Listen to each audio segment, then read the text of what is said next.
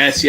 The boys are back in town. We're chatting some DFS on the Fantasy Wildcard DFS show. We're going to try and win you guys some cash. We're going to get right into it. We're going to chat quarterbacks, running backs, wide receivers, and all that good stuff as well. We're going to start with the cash plays. The safer plays, right? We're only going to beat half of the field. We want people that are going to come in. They've got a very safe floor. We think most people are going to own them, and they're going to do our team a real good job. So I'm going to swing right into it with some quarterbacks. Who you got for us? Who's going quarterback? Ali, you going quarterback? Yeah, I'll take quarterback. I feel so good about these two quarterbacks in cash. The first one, Brock Purdy. 6,500 versus the Seattle Seahawks. And there's that Ted Lasso meme that I've put out today, which is where he's going MVP. This guy's in the MVP race, and I want him in my teams to give me that cash. So, basically it's pencil him in for 2 passing touchdowns every single week. That'll continue. You're looking at about 20 points for Brock Purdy because it happens all the time. It's automatic. You know it's going to happen. And at 6,500, what a price. He looked absolutely magnificent against Philly this past week. Just made really sensible plays. Let the Yak Monsters do the hard work. And he didn't make any mistakes. Just look that to continue against Seattle, who, they really surprised me last week against the Cowboys, putting up that big performance by Geno Smith, quarterback 1 on the week. So I think they can get a bit frisky in this matchup and put up some points on San Fran, hopefully. For me, it's one of the easiest decisions on the slate. Such an affordable price. I think he's going to hit 3 times his price that you're paying here. So guaranteed smash at that price. And then Patrick Mahomes, 7,900 versus the Buffalo Bills. You're going to love this, Mags. Love it. Although you're not going to love this stat because since week 8, Patrick Mahomes is the quarterback 24 in points per game, 15.2 points per game. So not great, but this is the game that you want to bounce back with. This is going to be an absolute slobber knocker, is what they used to say on WWF back in the day. It's going to be a slobber knocker. I think it's going to be really high over under. This is 2 desperate teams, both coming off the back of losses. They're fighting for the playoffs. The Chiefs obviously want the number 1 seed. The Bills just want to get in the playoffs. So I just think both quarterbacks are going to go absolutely nuclear. I'll just take Pat Mahomes at home. He's going to bounce back. This Buffalo defense has been extremely beatable this year. They've been really disappointing. So I really like Mahomes in this matchup to give you a safe base. And I can see him really going off this week. Yeah, I love both those picks, especially Mahomes, of course, because when the game goes into overtime, you'll get those extra points, and then Josh Allen will lose in overtime as per usual. So love those 2 quarterback picks. Kev, who you got for us at running back? Yeah, first guy, he just does it every week. He's so solid. Alvin Kamara, 8,200 at home to Carolina. Such a lovely matchup for him. The wide receivers are banged up. QB's banged up. It's going to be Kamara all the way here. I think 20 points as a floor, and then you don't know what's going to happen. He might get 30 odd against that Carolina team that's proving to be an absolute goldmine for running backs in DFS this season. And then the alternative picks, Joe Mixon, 6,100 against the Colts again. Another really nice matchup. He's had the big game on Monday Night Football, so people have got that vividness bias. And with the Mixon game outdoors, Cincinnati Indy, if you've had a sneak peek at Matt FF Dynasty, our good friend, he's already been touting that the weather's potentially tricky. We're having a turn in the weather just when we didn't want it for sort of week 14 in sort of your seasonal leagues, your dynasty leagues, but DFS as well, it's going to be impacted. If it does turn into bad weather, Joe Mixon, we've seen that he's a powerhouse, he's a workhorse, he's in line for 20, 25 touches, so I just think it's a really solid price at 6,100. All you want in his popularity, these 2 guys are going to be super popular this week, so get on them in cash. Yeah, absolutely love that Super Camario against the Carolina Panthers. That's a smash. And Joe Mixon, yeah, that's a real good price for Joe Mixon for sure, especially with those weather hints and tips from our good pal Matt as well. So I'm gonna give you some tips for some wide receivers. I got two guys. These guys just stood out right away for cash for me. Amon-Ra St. Brown, just to see if this guy almost in DFS, you know exactly what you're going to get from him. He's going to easily get you over that 8,200 price that you're paying for him. He's just such a safe, reliable target for Jared Goff going up against the Chicago Bears, who, I mean, they're just the Bears. They're just terrible, right? So I expect the Lions to come in. Lions got real playoff aspirations, so they're going to throw it to their best player, and that's Amon-Ra St. Brown. So he'll play really well against the Bears. And then the second one is a guy who we just spoke about yesterday on the Dynasty Show. That's Nico Collins, a guy that's already been playing really, really well, but unfortunately, Tank Dell, he's not going to be playing, right? So we're going to get Nico Collins in there at 7,600. That's going to make everybody real happy, especially Kev. Right? Indeed, I'll be at half-mast. So, Ali, pitching it back to you. Who do you think are some good players at the flex position? Yeah, so I mean, typically I like to look at running backs, but there wasn't too many on the slate. There's one that I've gone for, but the other one I really like is a wide receiver. It's Rashee Rice, 5,400 versus the Buffalo Bills. And what we're looking for in cash is popular plays, but also we're looking for guaranteed targets. And if you're looking for targets, I'll give you targets.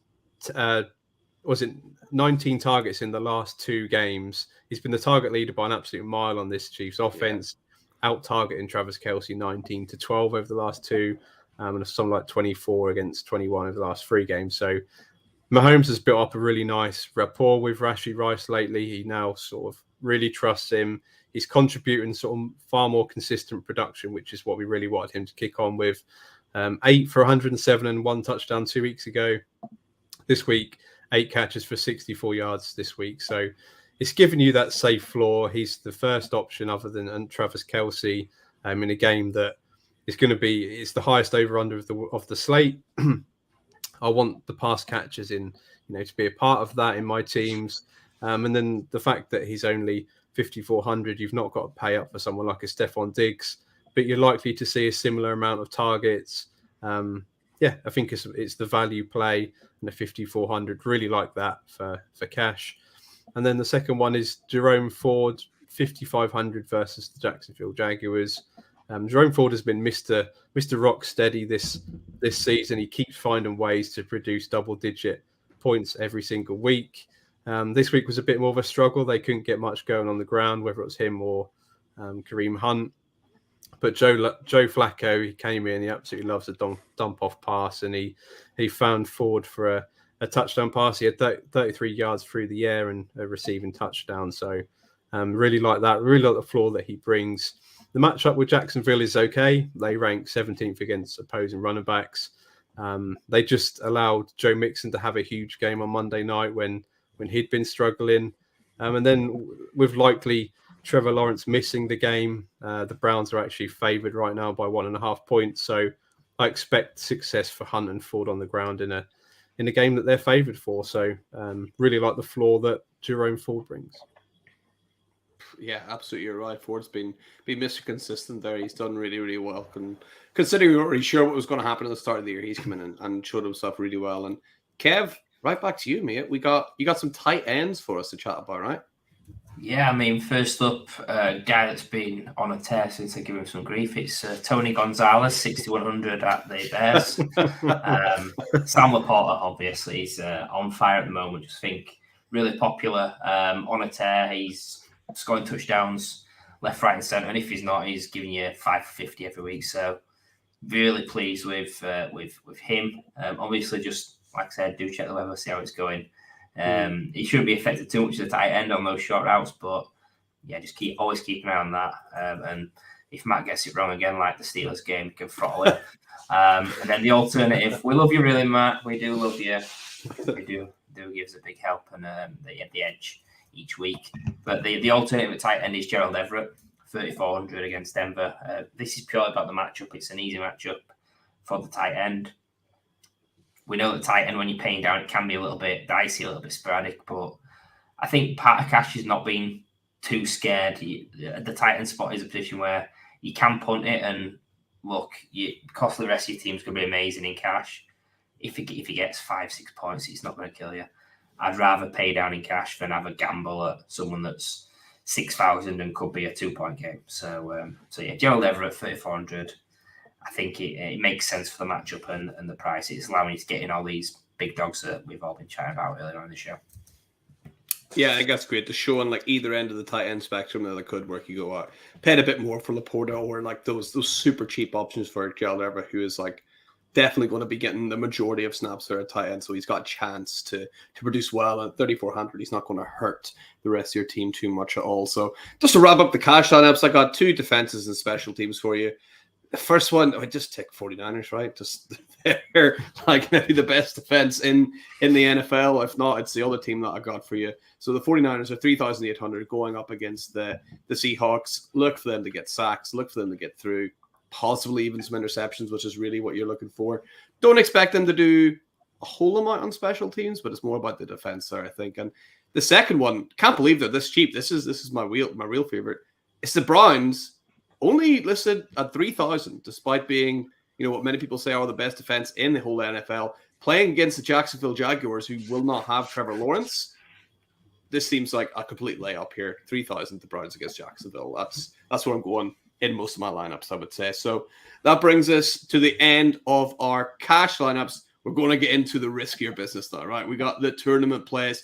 You're looking for unique lineups. You're looking for players that might be a bit more risky, but you're hoping that other people don't take them because you want to come number 1 overall. So you're going to take a bit more risks, but it's a bit more fun to play sometimes, right, guys? So we're going to get stuck right into it. We got some quarterbacks. Ali, right back to you. Who's your tournament play quarterbacks? So these are my 2 favorite picks of the week, other than my ultimate favorite pick, which is later on. But I absolutely love both of these. Justin Fields, 6,800 versus the Detroit Lions. This is my favorite game of the week to target on this slate. And just looking back, Justin Fields absolutely loves playing against the Detroit Lions. The games that involve in these two absolutely smash the over. So I was actually surprised to see the line. It's just 41 points, the over-under, which seems really low to me. I'm not quite sure why that is. We'll have to find out. But it's my lock of the week to go over. Justin Fields, he just runs so much against the Lions. So he ran for 104 yards on his way to quarterback 8 in week 11 this season. And then last year, he had 2 huge games against Detroit. Week 10, he was the quarterback 1 overall. So that's what we're looking for. He ran for 147 yards and 2 touchdowns. Decent. And he tossed another couple of touchdowns as well. And then in week 17 last year, he's quarterback 10. So that's pretty good. Passing touchdown and then 132 rushing yards on the ground against them. So, I mean, Justin Fields has got absolutely nothing to lose at this point. He's sort of playing for his next team, I think. I think they're destined to pick Caleb Williams with the pick they're getting from the Panthers. Yeah, so I think Justin Fields could go nuclear. I think, obviously, Detroit Lions have the ability to put up plenty of points in any given week. So this game is one that I'm targeting. Love Justin Fields. And then the ultimate wild card, Jake Browning, 5,200 against the Indianapolis Colts. The absolute god that is Jake Browning. I mean, the display on Monday night where he smashed the Jags, it was almost a perfect quarterback display. It was just unbelievable. 354 passing yards, a passing touchdown, a rushing touchdown as well. Finished quarterback 4 on the week. Against the Jags defense that's been pretty stout this season. Is unbelievable where that came from. I've personally been targeting Colts games all season because they've been hitting the over. They always seem to be going to overtime. They're close games, plenty of touchdowns. Their defense is not very good. This could be another if Browning and Minshew go to town and it hits the over. And then I just think that 5,200, I think that gives you the ability to stack in with Jamar Chase, who was awesome this week. And then you can have perhaps a bring back of Michael Pittman, etc. And just gives you that ability to really go off in this matchup. So, yeah, get on the Jake Browning. Yeah, on. Yeah, you'll be if you're brining, you'll be greeting after, right? You get that greeting after, absolutely. So, who else is going to make some money for us, Kev, at running back? But yeah, it's hard to follow up Jake Browning, EastEnders cast, but yeah, Jameer Gibbs running back for me, 6,600 at Chicago. I think people will be on Montgomery because he's come back. He's been really solid. He's got the touchdowns. He's in the revenge game against the Bears, even though they've already had the game a couple of weeks ago. But I just think Gibbs has shown it. Like when he's hit, he's had the 25-point week.